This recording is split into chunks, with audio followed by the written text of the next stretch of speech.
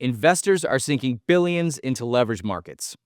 The use of debt to juice returns is one of the great stock market peak indicators because it shows in hard money terms the extent to which investors are willing to use other people's money to buy stocks in hopes of making way more in their own initial outlay.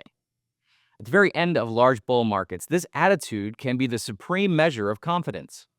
This chart shows the Ridex total leverage bull-bear ratio, which soared on December 4th to within a few points of its all-time high. The ratio reveals that leverage Ridex investors have 79.8 times more money betting on a rise in the S&P than on a decline. The unrivaled nature of this risk orientation is discernible by the fact that the Ridex's non-leverage bull-bear ratio is 53, currently 34% lower than the average ratio. As we also explained last month, high levels of synthetic leverage and the unprecedented popularity of assets such as derivative-fueled ETF products reveal that leverage exposure is surely higher than ever. The New York Stock Exchange margin debt peaked in October 2021. After sliding with the decline into late 2022, margin debt is climbing again to $815 billion.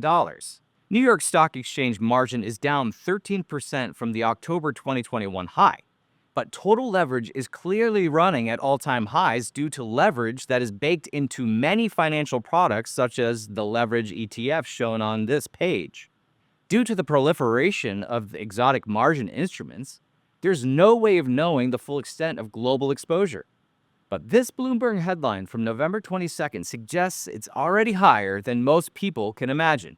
Gamblers are sinking billions into leveraged market fringe. The fringe aspect confirms that we may never know the final total.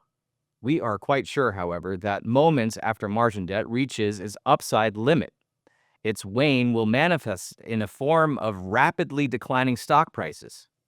The forced sale of the other unrelated assets due to margin calls will intensify the decline.